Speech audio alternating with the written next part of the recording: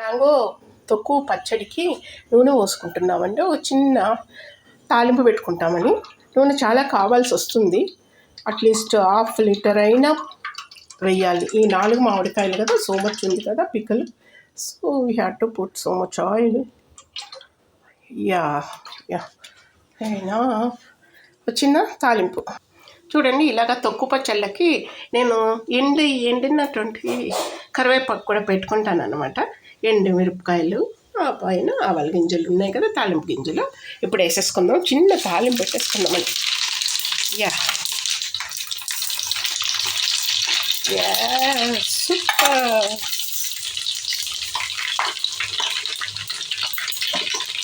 Super super super.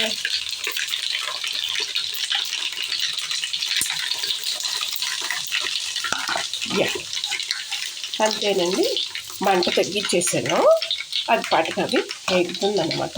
చల్లారిన తర్వాత దీంట్లోకి కలిపేస్తాము. ఊరగాయ రెడీ.